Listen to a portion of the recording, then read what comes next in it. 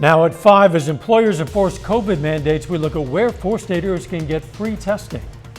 New York City is sending testing kits to schools as the Omicron variant brings COVID surges. I'm Wendy Gillette. I'll explain the new step the FDA is taking to help protect teens. And efforts to reduce costs in meat processing. The 4 states' most watched news starts now. With increasing demand for COVID testing, one local company is working to fill the gap. This is KOAM News at 5. Seeds of Hope Staffing from Carthage is opening drive-through COVID-19 testing sites across the area. Right now, they have locations in Carthage, Neosho, and Joplin. Through a partnership with a lab in Ohio, they're offering the tests at no cost. Officials say they're hopeful these sites will help increase accessibility to COVID-19 testing in the area. It's really important because there's people that does not have insurance or anything, and we want to be able to have them be able to come down here and test and not worry, we're here to help the community. Tonight at 6, we're going to hear more on plans for expansion and hear what the Freeman testing site is seeing. The FDA has taken another big step in the battle against COVID-19 today as cases continue to surge in much of our country. Wendy Gillette reports from New York City, where new cases jumped more than 200% in 2 weeks. The FDA authorized vaccine boosters for children ages 12 to 15 years old. The agency also said everyone 12 and older eligible for the third dose of the Pfizer vaccine can get it 5 months after their second dose rather than 6 months. We're most interested in making sure that we prevent serious outcomes such as hospitalization and deaths, which, granted, though uncommon in 12 to 15-year-olds, can occur. The CDC still has to sign off on the booster for younger teens. The move comes as the number of new U.S. cases hit an all-time high last week, nearly 500,000 in one day. In Florida, positive COVID cases soared past 40,000 per day last week. Particularly South Florida, we do believe it's overwhelmingly Omicron infections that are occurring, but Delta is still there. In New York City, where new cases jumped 218% in just 2 weeks, children headed back to school. I know her class, they had a couple kids in there that was tested positive. So we're going to see. New Mayor Eric Adams greeted students in the Bronx and vowed not to return to virtual learning. We're staying open. Millions of COVID tests have been sent to schools across New York City to make sure those who are infected stay home. We need more testing. Testing needs to increase across the country to be able to stop the spread of the virus. New York City school chancellor announced a new COVID command center to report pandemic-related issues, including problems with testing and lack of staff. Wendy Gillette, CBS News, New York. The FDA also authorized a third dose for certain immunocompromised children ages 5 to 11 years old. The Office of New York's Attorney General confirmed for the first time today it had subpoenaed former President Donald Trump and his 2 eldest children, Ivanka and Donald Trump Jr., demanding their testimony in an investigation into the family's business practices. Lawyers for the AG say they're seeking Trump's testimony and documents as part of a years-long civil probe. Nick Kelly, it was good to get a bit of a thaw today. Yeah, finally back above freezing down. We talked about it before the break. We had temperatures in the mid-40s this afternoon. That and plenty of sunshine certainly did wonders to thaw us out, certainly across not just Joplin, but the entire area. Sunny skies still in place as we start to get to closer to sunset, and that south wind still in place thanks to a couple areas of high pressure to the east of us now. I am watching our next cold front building off to the north and west, but it's got a little bit of time before it gets here, so we'll stay above freezing for tomorrow. But we got to get past a cold evening ahead of us. We're in the upper 30s to lower 40s already. With the breeze out there, feels like the mid to upper 30s across much of the area. But even with mostly clear skies and that south breeze kicking in means we won't drop off too much tonight. Upper 30s by 6 o'clock and back near 30 for overnight lows. But I'll be tracking that next front and another shot for snow on the way. We'll break it all down here in a bit now. See you then. Authorities have filed formal charges now in last month's Fort Scott, Kansas double murder case. A relative found 48-year-old Melissa Mitchell dead from a gunshot wound inside her Fort Scott home on December 21st. They also found 53-year-old Leonard Zimmerman dead in the home. Police started searching for Melissa Mitchell's son, Dawson Mitchell, as a person of interest in the case. They found him and arrested him the next day on a number of charges, including possession of a firearm by a felon. Well, now authorities have filed additional charges, including 2 counts of premeditated first-degree murder. Pittsburgh voters in a couple of weeks will decide on a school bond issue for renovations at the Pittsburgh Community Middle School. Officials say the renovations will cost an estimated $16.5 million, but will not increase the mill levy. If approved, the district will remodel classrooms, add a modern science laboratory, add an elevator for ADA compliance, and renovate the school's auditorium. Voters will decide on that bond on Tuesday, January 18th. We're going to hear from the superintendent of schools tonight at 6. Still ahead, snow on the East Coast. Winter weather is slamming the mid-Atlantic region, impacting everything from government offices opening to air travel. I'm Skyler Henry in Washington with a look at the snowstorm. And next in Health Watch, a look at physical fitness during the pandemic. Inside Case, it's our ministry.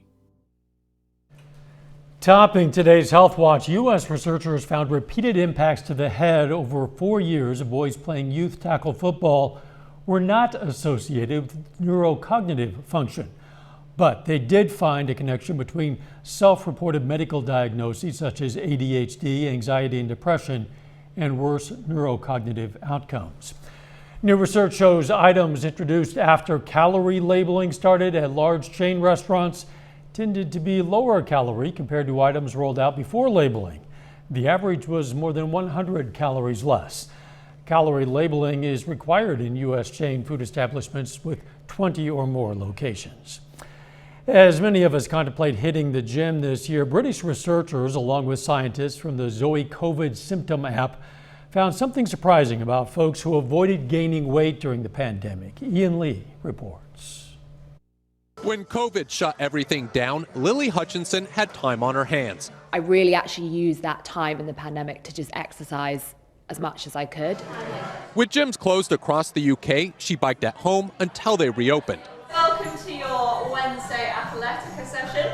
I'm Amber, this is Kim. Amber Nakamura taught classes online until she was back in her London studio. So we've definitely seen a much wider group of people coming in.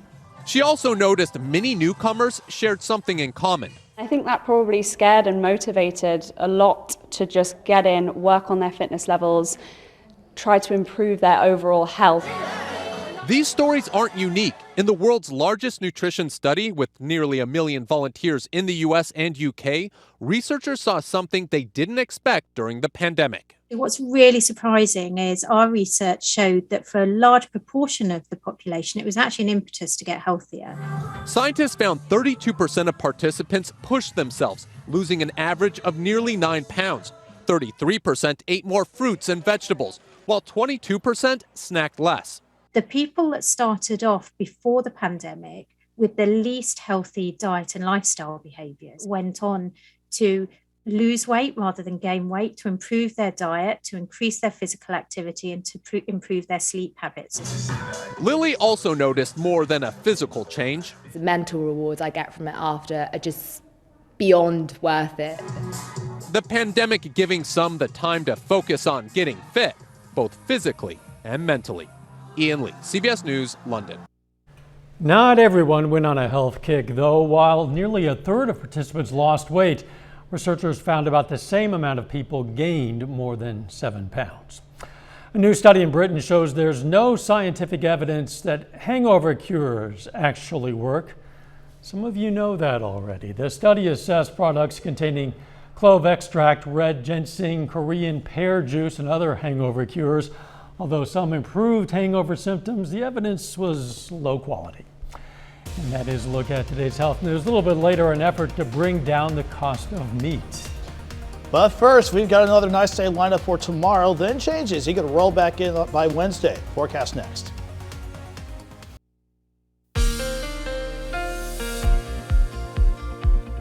After our first Sunday of 2022, highs well below freezing. It was nice that we finally climbed back to where we should be for this time of the year, thanks to plentiful sun that we're still seeing a little bit of with our live shot of indigo sky just outside of Seneca, Missouri. Fortunately, the clear skies that we're seeing now is going to hold pretty firm as we go throughout the course of the evening. Couple that with a good light and south breeze, it really helped to warm things up throughout the course of the day. Certainly more so compared to the lower to middle 20s that we saw yesterday afternoon.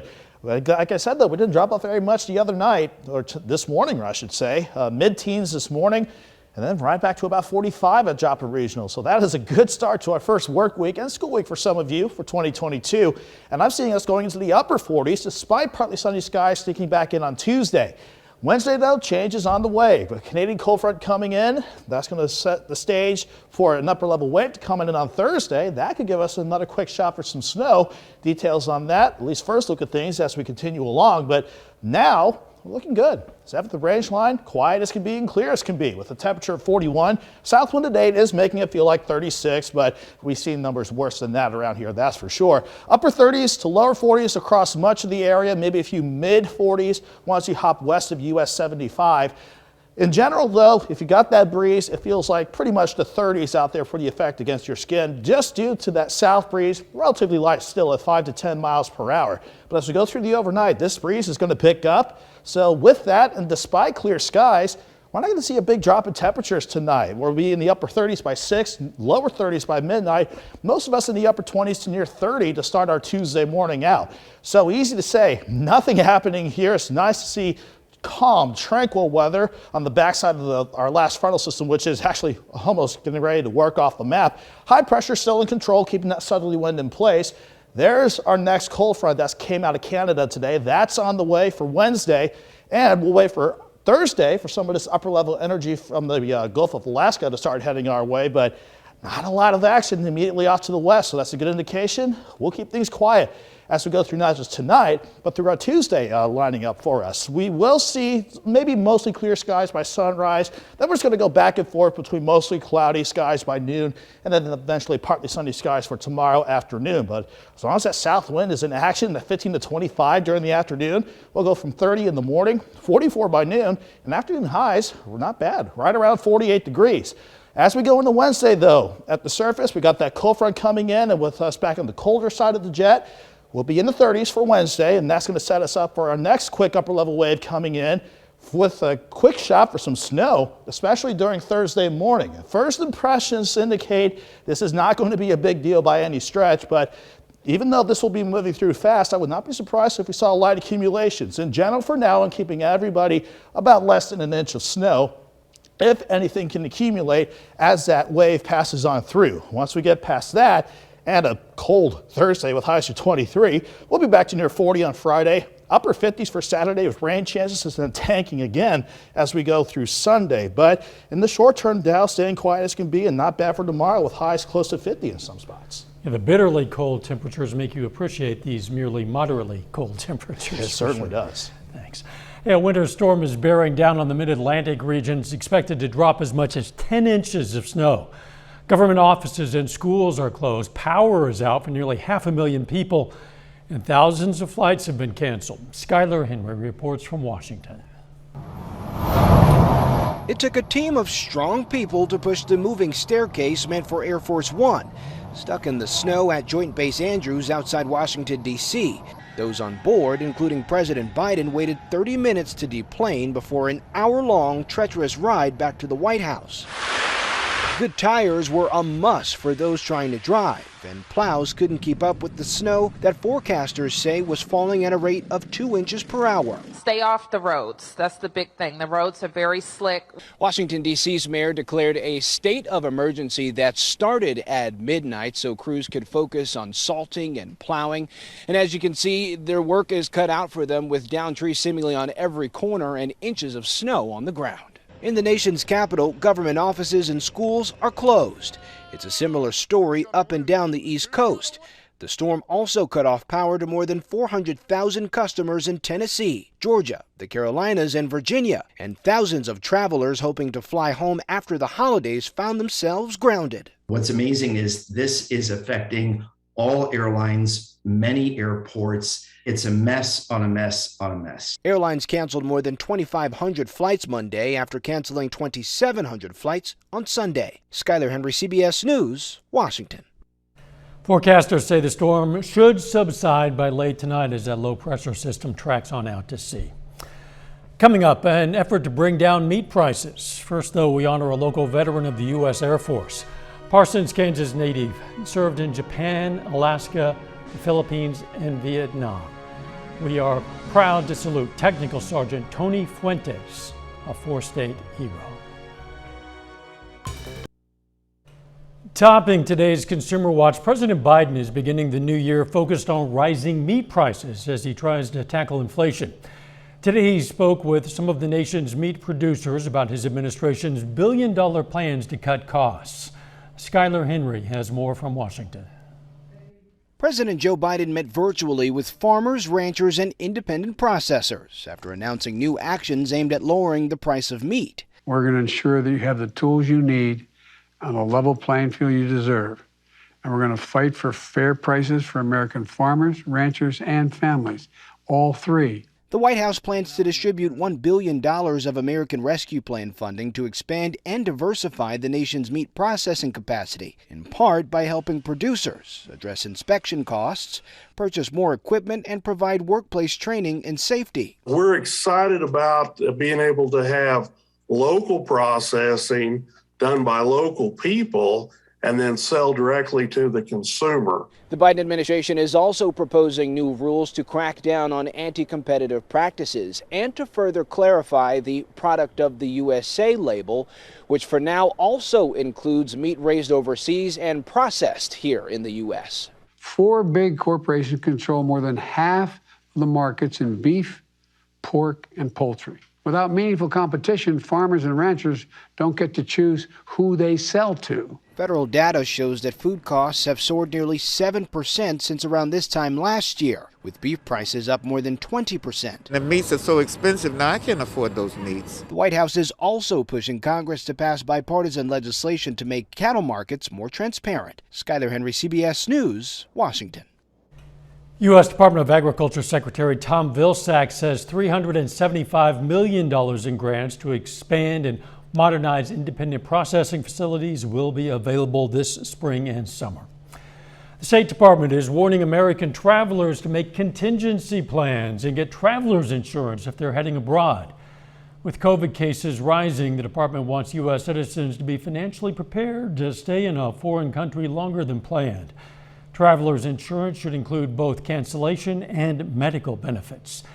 Tesla is starting the new year with a positive report. The electric vehicle company says it delivered a record 936,000 vehicles last year. That's up 87% compared to 2020.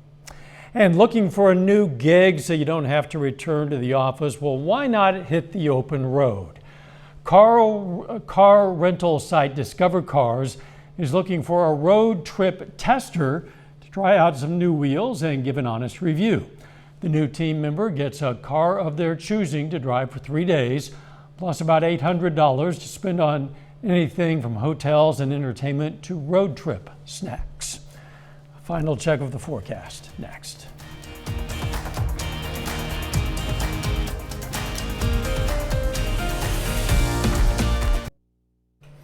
Up next on the CBS Evening News, now that the FDA authorizes COVID booster shots for 12 to 15-year-olds, we're going to see how soon your children could get it. Then on KOAM News at 6, controversy over conflicting autopsy reports after the death of a Missouri prison inmate. Plus, Donald Trump gives an endorsement in the Missouri Attorney General's race, and a citizen comes to the rescue when $200 disappears from a local woman's wallet. Stay with us. CBS Evening News, then KOAM News at 6. Now look at this. This is to entertain the crowd at a Milwaukee Bucks basketball game over the weekend. The Bucks mascot Bango attempting this. Boom! Of course he made it. That over the head half-court shot, appropriately enough. It was Bango's birthday. Let's let this roll again. Let's watch it again. This is Bango the Buck. Over the head, half shot. Kaboom. That's what you call a high caliber buckshot. Well done, baby. That's an amazing shot to make. That is, yeah. Now, who knows how many times he's missed it in the past. Yeah. This time we're showing it to you because he made it. Yeah. Of course. The weather not too bad in the days ahead. Yeah, we'll just only drop back near 30 tonight. Cold, sure, but we keep things dry. Back to 48 tomorrow. But another cold front drops us back into the cold for Wednesday, and maybe another shot for snow on Thursday. Thanks for joining us. The CBS Evening News is next. And of course, we're going to be right back here for KOAM News at 6. We'll see you then. Let's make it a great evening.